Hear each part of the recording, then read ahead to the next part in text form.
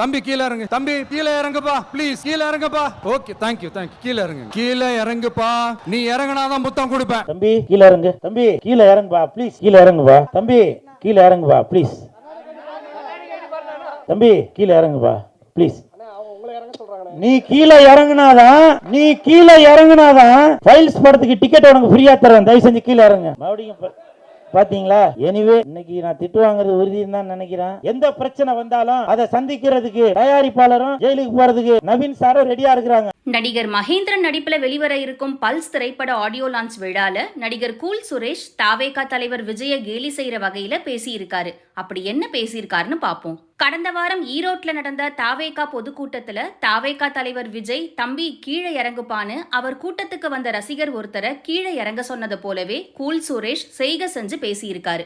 இந்த செயல் தாவேகா தலைவர் விஜய கேலி செய்யற மாதிரி இருக்குன்னு தளபதி விஜய் ரசிகர்கள் எல்லாருமே கூல் சுரேஷ் மேல கோபமா இருக்காங்க. அங்க இருந்த பத்திரிகையாளர் ஏன் இப்படி பண்றீங்கன்னு கூல் சுரேஷ் கிட்ட கேட்டப்போ அதற்கு அவர் யார் யாரோ விஜய் பேரை சொல்லி ஃபேமஸ் ஆறாங்க, அந்த மாதிரி இந்த படம் ரீச் ஆயிட்டு போகட்டுமேன்னு தான் நானும் அன்னைக்கு அந்த மாதிரி பேசினேன். மற்றபடி எனக்கும் விஜய் சாருக்கும் எந்த பிரச்சனையுமே இல்லைன்னு சொல்லியிருக்காரு.